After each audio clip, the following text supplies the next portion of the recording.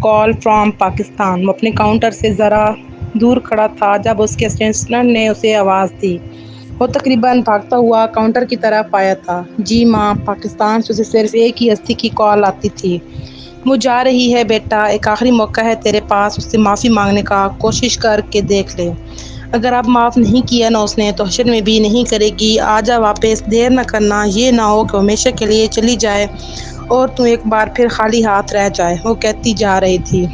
ارسا، اس کی لبوں سے سرگوشی سی آواز نکلی۔ ارسا میری جان، میں بہت محبت کرتا ہوں تم سے، لیکن کاش مجھے کوئی ایسا جادو آتا جسے پڑھ کر میں تمہیں اس محبت کا یقین دلا سکتا۔ اس کی سماعتوں میں اس کی اپنی آواز ہی گونج گئی، بے بس، لاچار اور انتہائی مجبور آواز۔ اچھا میں بتاؤں تمہیں ایک ایسا جادو جس کے بدلے مجھے تمہاری محبت کا یقین آ جائے گا، اور وہ یہ کہ تم ہمیشہ کے لیے یہاں سے دفع ہو جاؤ۔ مجھے تمہاری شکل سے ہی نفرت ہے، تمہاری آواز میرے کانوں میں زہر گھول دیتی ہے، تمہارا ہونا ہی میرے لیے انتہائی تنفر کا باعث ہے۔ بس اتنا کر دو اگر کر سکتے ہو تو، خود پر جلاوطنی کا جادو پڑو اور کسی ایسی جگہ کا کر دفن ہو جاؤ جہاں سے تمہاری مشق بھی یہاں نہ آ سکے۔ بتاؤ یہ کر سکتے ہو میرے لیے؟ 12 سال پرانا وعدہ ایک دم زندہ ہو گیا تھا۔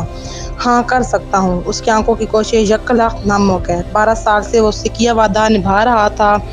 12 سالوں میں ایک بار بھی وطن واپس نہیں لوٹا۔ 12 سالوں میں ایک بار بھی اپنی ماں کی شکل نہیں دیکھی۔ 12 سالوں سے وہ صرف فون پر ان کی آواز سنتا آ رہا تھا، اور وہ اس کی تو آواز سنے بھی 12 سال ہو گئے تھے۔ نہ جانے اس نے راحت بیگم کو بھی کیا قسم دے رکھی تھی، وہ سرسری سا بھی اس کا ذکر نہیں کرتی تھی۔ آج 12 سال بعد ان کی زبان سے اس متعلق کوئی بات نکلی تھی، اور بات بھی کیا کہ وہ جا رہی ہے ہمیشہ کے لیے، اتنی جلدی، ابھی سے اسے معاف کیے بغیر۔ وہ اس وقت ہر چیز چھوڑ چھاڑ ٹریول ایجنسی کی طرف بھاگ لیا تھا۔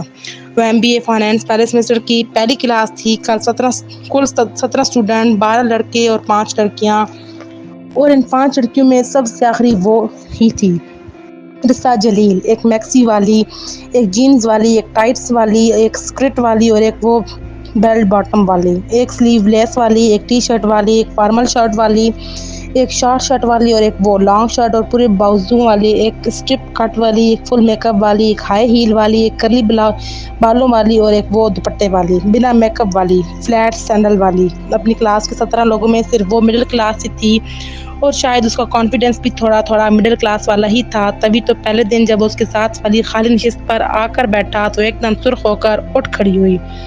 کہیں اور بیٹھ جاؤ تم۔ آنکھیں بھی بھر آئی تھیں۔ تمہیں کون سا سالم نگل لیا میں نے؟ وہ تو پکا بدماش تھا۔ کہیں اور بیٹھ جاؤ۔ وہ مشکل اپنے آنسو روکے ہوئی تھی۔ میں تو یہیں بیٹھوں گا تمہارے ساتھ۔ اس نے تن کر کرسی کی پشت سے ٹیک لگائی تھی۔ ارسا نے پوری کلاس پر نظر دوڑائی، کوئی نشست خالی نہیں تھی، کسی پر لڑکا، کسی پر لڑکی اور لڑکا۔ پہلے میں یہاں بیٹھی تھی۔ ارسا نے ایک آخری کوشش کرنی چاہی۔ تو میں نے کون سا اٹھا دیا ہے تمہیں؟ بیٹھ جاؤ، وہ کندھے اچکا کر بولا۔ اس سے پہلے کہ وہ کچھ بولتی، ڈاکٹر اشرف کلاس میں داخل ہو گئے۔ بادل نخواستہ وہ اس پر ایک قہر بھری نظر ڈالتے ہوئے اس کے ساتھ بیٹھ گئی تھی۔ وہ پہلا دن تھا اور پہلے ہی دن اس کی گڈ بک سے نکل گیا تھا۔ وہ حریرہ اعظم خان، گڈ مارننگ۔ اپنا بیگ ہوا میں اچھالتا ہوا وہ دھڑ دھڑ کرتا سیڑھیاں اتر کر نیچے آیا تھا تو یونیورسٹی تک پہنچ گیا۔ حریرہ، لیکن تمہیں تمیز تجھ پھر بھی نہ آئی، راحت بیگم نے بڑے تعصب سے کہا۔ ماں، آپ نے کیا کرنے ہیں 2 تمیز یافتہ بیٹے؟ آپ کو یہ ایک ہی مسٹر نفیس اینڈ سلیس کافی نہیں ہے کیا؟ اس نے مسلسل ہنستے ہوئے اپنے سامنے بیٹھے مغیرہ کو دیکھا تھا۔ مغیرہ نے فوراً شکایتی انداز میں ماں کی طرف دیکھا۔ 4 سال بڑا ہے تو اسے عزت کیا کر، اس کی۔ راحت نے کہا۔ 4 سال ہی بڑے ہیں، 14 سال بڑے ہوتے تو کوئی بات بھی تھی، اور انہوں نے کون سا بچپن میں میرے پیمپرز بدلے ہیں جو میں ان کی عزت کروں؟ وہ مسلسل ہنس رہا تھا۔ میں نے تو بدلے ہیں نا تیرے پیمپرز، میری کتنی عزت کر لیتا ہے تو؟ راحت نے کہا۔ ہائے ماں، میں اتنا پیار کرتا ہوں آپ سے۔ وہ ایک دم ان سے لپٹ گیا، گال چومے، ماتھا چوما۔ پرے ہو حریرہ، زہر لگتی ہے مجھے تیری یہ بے وقت کی چوما چاٹیاں۔ راحت نے اسے پیچھے کو دھکیلا تھا۔ وہ ہنستا ہوا واپس اپنی کرسی پر گر گیا۔ پکڑ اپنا آملیٹ اور ناشتہ کر اور دفع ہو یونیورسٹی۔ راحت اس کے سامنے آملیٹ کی پلیٹ رکھتے ہوئے بولی۔ میں صرف بریڈ کھاؤں گا۔ اس نے پلیٹ واپس ان کی طرف کھسکا دی۔ ماں، مجھے بھی ایک آملیٹ بنوا دے، مغیرہ نے کہا۔ یہ لے۔ انہوں نے وہی پلیٹ اس کے سامنے کر دی۔ میں نے نہیں کھانا یہ، مجھے نیا بنوا کر دیں، اس نے کہا۔ ماں، یہ تو کسی دوسرے کی طرح سے آئی اڑتی ہوا کو نہ اپنے پاس سے گزرنے دے، یہ تو پھر میرا چھوڑا ہوا آملیٹ ہے، حریرہ نے کہا۔ مغیرہ، مجھے زہر لگتی ہے تیری عادت۔ اس آملیٹ کو کیا ہو گیا ہے؟ اس نے کون سا کھایا ہے؟ اس میں سے راحت کو غصہ آ گیا۔ رہنے دیں، میں کھا ہی نہیں رہا۔ مغیرہ نے پلیٹ پر ایک کو کھسکا کر چائے کا کپ اٹھا لیا۔ مغیرہ بیٹا اگر آج چھوٹی چھوٹی باتوں پر سمجھوتا کرنا سیکھے گا تو ہی کل کو بڑی بڑی باتوں پر بھی کر سکے گا نا۔ راحت نے اسے سمجھانا چاہا تھا، لیکن ماں اگر میرے پاس چوائس ہو تو سمجھوتا کرنے کی کیا ضرورت ہے؟ اگر میں اپنے لیے ایک نیا آملیٹ بنوانے کا اختیار رکھتا ہوں تو کسی اور کا چھوڑا ہوا کیوں کھاؤں؟ مغیرہ نے کہا۔ راحت بس اس کی طرف دیکھ کر ہی رہ گئی۔ وہ ایسا ہی تھا، مغیرہ اعظم خان انٹرپرائزر کا چیئر پرسن۔ وہ اپنی ماں کا لاکھوں میں ایک بیٹا تھا، وہ اپنے امپلائیز کا لاکھوں میں ایک باس تھا، اپنے دوستوں کا لاکھوں میں ایک یار تھا، وہ اپنے حریفوں کا لاکھوں میں ایک حریف تھا۔ صرف 26 سال کی عمر میں اس کے پاس وہ سب کچھ تھا جس کی کوئی بھی نوجوان تمنا کر سکتا ہے: دولت، شہرت، عزت اور وجاہت۔ وہ 6 سال کا تھا اور حریرہ 2 سال کا جب اعظم خان راحت بیگم کو تنہا کر گئے تھے، لیکن ان کے جانے کے بعد اپنے دونوں بچوں کو لے کر بھائیوں کے در پر نہیں گئیں۔ وہ ایم اے اکنامکس تھیں، دونوں بیٹوں کی ماں تھیں۔ اعظم خان ان کے لیے ایک کنال کا گھر اور خان انٹرپرائزر چھوڑ گئے تھے۔ انہوں نے اپنی عدت مکمل کی اور بڑے اعتماد کے ساتھ ان کی کرسی پر جا بیٹھیں۔ 16 سال انہوں نے خان انٹرپرائزر کو بڑی کامیابی کے ساتھ چلایا اور جیسے ہی مغیرہ کا MBA مکمل ہوا، اس کا ماتھا چوما، دعا دی اور اسے اس کے باپ کی کرسی پر بٹھا دیا، اور مغیرہ اعظم ہر گزرتے دن اس کمپنی کو اوپر سے اوپر ہی لے گیا۔ آج ڈاکٹر اشرف چھٹی پر تھے۔ کچھ دیر تو ساری کلاس ان کے آنے کا انتظار کرتی رہی۔ پھر جب ان کے CR سارم نے آ کر ڈاکٹر صاحب کی چھٹی کی اطلاع دی تو ہو ہا ہا کر کے پورا کمرہ سر پر اٹھا لیا۔ ڈاکٹر صاحب کی چھٹی کو سیلیبریٹ کرنا تو بنتا ہے حریرہ۔ سارم نے اس کے کندھے پر ہاتھ رکھا۔ کیسے؟ اس نے پوچھا۔ ایک ڈانس، دل ربا ہو شربا۔ سارم کسی محبوبہ کی طرح اس کے ساتھ چپکا تھا۔ پارٹنر ڈھونڈ کر دے۔ وہ فوراً تیار تھا۔ میری جان، میرے گلاب، تیرے لیے تتلیوں کی کمی ہے کیا؟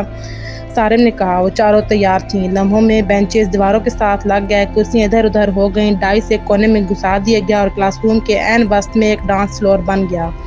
ارسا بڑے تعصب سے اس کی طرف دیکھتے ہوئے اپنا بیگ کندھے پر ڈالے باہر کی طرف بڑھی تھی۔ حریرہ بھرپور شرارت سے اس کی طرف دیکھتے ہوئے دروازے کی طرف بھاگا اور بڑی ادا سے اس کے عین سامنے گھٹنوں کے بل بیٹھتے ہوئے اپنا ایک ہاتھ اس کے سامنے پھیلا دیا۔ کیا آپ میرے ساتھ رقص کرنا پسند کریں گی میڈم؟ اس کی آنکھوں سے شرارت ابل ابل کر باہر آ رہی تھی۔ ہٹو آگے سے۔ ارسا کا سانس کھنچ گیا۔ نہ ہٹوں تو؟ وہ کھڑا ہو گیا۔ تمہیں کیا مسئلہ ہے میرے ساتھ؟ وہ اس پر چڑھ دوڑی۔ تم باقیوں کی طرح نارمل کیوں نہیں ہو؟ ہر وقت ناک منہ کیوں چڑھائے رکھتی ہو؟ بولا۔ اگر نارمل تم جیسے بیہودہ انسانوں کو کہتے ہیں تو میں ایک نارمل ہی ٹھیک ہوں، ارسا نے کہا۔ بیہودہ؟ حریرہ تڑپ کر رہ گیا۔ یس، بیہودہ، کہہ کر اس کے دائیں طرف سے گزر کر آگے بڑھ گئی۔ ایک دن اسی بیہودہ انسان کے پیچھے خوار ہوتی پھرو گی تم، دیکھ لینا۔ یہ بیہودہ انسان تمہیں ساری عمر یاد رہے گا۔ یاد رکھنا، وہ پیچھے سے چلایا تھا۔ ارسا اس پر 2 لفظ بھیجتی ہوئی چلی گئی۔ وہ ایسا ہی تھا، حریرہ اعظم خان۔ میں آئی کم ان سر؟ اس کی پرسنل سیکرٹری نے اندر آنے کی اجازت مانگی۔ آؤ زارا، یہ فائل کس نے بھیجی ہے؟ اس نے پوچھا۔ مسٹر وحیب شیخ نے، زارا نے کہا۔ کیوں؟ اس نے پھر پوچھا۔ وہ یہ ٹینڈر ہمیں دینے کے لیے تیار ہیں، زارا نے بتایا۔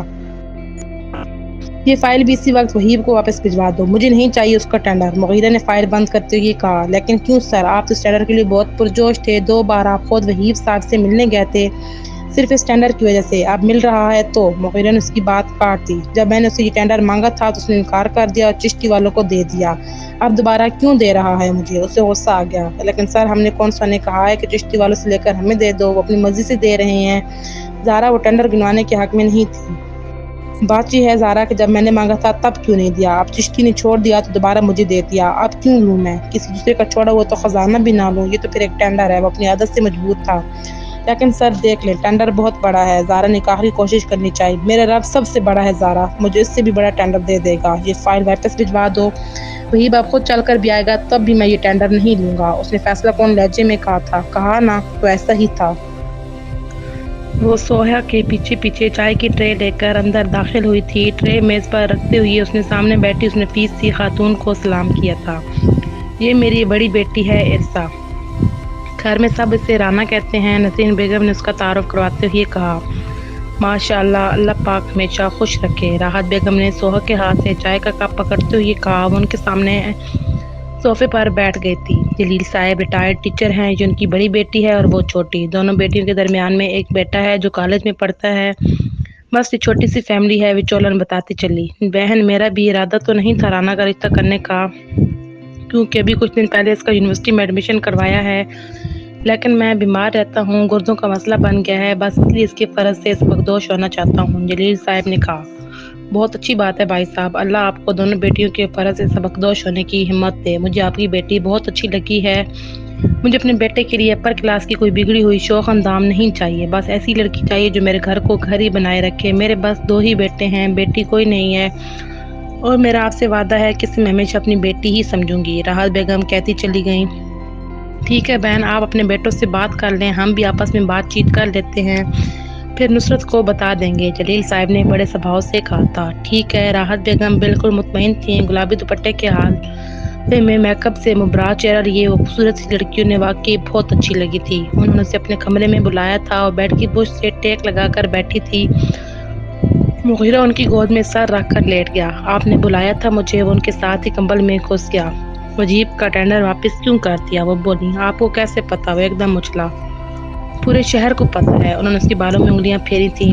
پھر بھی زارا نے بتایا۔ اسے زارا پر ہی شک تھا۔ نہیں، وہی بایا تھا۔ انہوں نے دھماکہ کیا۔ وہ ایک دم ان کے چہرے کی طرف دیکھنے لگا۔ والدہ کہتا ہے وہ مجھے تو دوست کی بات نہیں سن رہا، تو کیا میں بھی بیٹے کی بات نہ سنوں؟ انہوں نے کہا۔ میرے 2 بار مانگنے پر بھی اس نے مجھے ٹینڈر نہیں دیا، مغیرہ نے کہا، اور اب اس کے 1000 بار کہنے پر بھی تو دوبارہ نہیں لے رہا۔ راحت نے کہا، ماں میں اسے اب بھی دوست مانتا ہوں، لیکن وہ ٹینڈر نہیں لینا، بس پہلے کیوں نہیں دیا؟ اس کی سوئی وہیں اٹکی ہوئی تھی۔ راحت ایک لمبی سانس بھر کر رہ گئی۔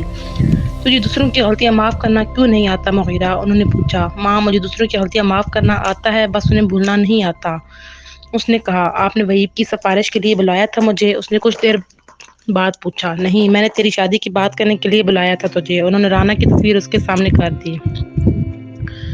لڑکیاں اور بھی ہیں مغیرہ، ہماری کلاس میں سے بھی ہیں، لیکن مجھے یہ اچھی لگی ہے، گھر کو گھر بنانے والی لگی ہے، تجھے اور مجھے اپنا سمجھنے والی لگی ہے۔ انہوں نے کہا۔ کیا نام ہے؟ اس نے پوچھا۔ بظاہر تو کوئی کمی نہیں تھی اس تصویر میں، چاند چہرہ تھا، ستارہ آنکھیں تھیں، دودھیا رنگت تھی، شرمیلی مسکراہٹ تھی۔ وہ دیکھ کے چاہ رہا تھا۔ پورا نام تو بڑا مشکل سا تھا، لیکن گھر والے سارے رانا کہتے ہیں۔ یونیورسٹی میں پڑھتی ہے، چھوٹی سی فیملی ہے، وہ کہتی چلی گئی۔ جیسے آپ کو ٹھیک لگے۔ اس نے تصویر انہیں واپس کر دی۔ اگر تم اس سے ملنا چاہتا ہے تو۔ اس نے راحت کی بات درمیان میں ہی کاٹ دی۔ ماں میرا خیال ہے کہ شادی سے پہلے کا ملنا ملانا اپر کلاس میں زیادہ چلتا ہے، مڈل کلاس والے سے اچھا نہیں سمجھتے۔ میری ماں کی پسند سر آنکھوں پر، یقیناً آپ نے میرے لیے کوئی لولی لنگڑی تو نہیں چنی ہوگی۔ ہاں، اگر مجھے دیکھنا چاہے یا مجھ سے ملنا چاہے تو سو بسم اللہ۔ وہ کہتا چلا گیا۔ کہا نا کہ وہ اپنی ماں کا لاکھوں میں ایک بیٹا تھا۔ چل ٹھیک ہے، میں نے کل بلا لیتی ہوں، اور اگر ان کی طرف سے کوئی اعتراض نہ ہوا تو کل ہی تیری منگنی کی تاریخ بھی طے کر دیں گے۔ راحت نے کہا تھا۔ بس آنکھیں بند کیے ان کے کمبل میں گھس گیا۔ میں آج یہاں سو جاؤں؟ اس نے پوچھا۔ دیکھ لے، ہریرہ میرا جینا حرام کر دے گا صبح تجھے یہاں دیکھ کر، انہوں نے ہنستے ہوئے کہا تھا۔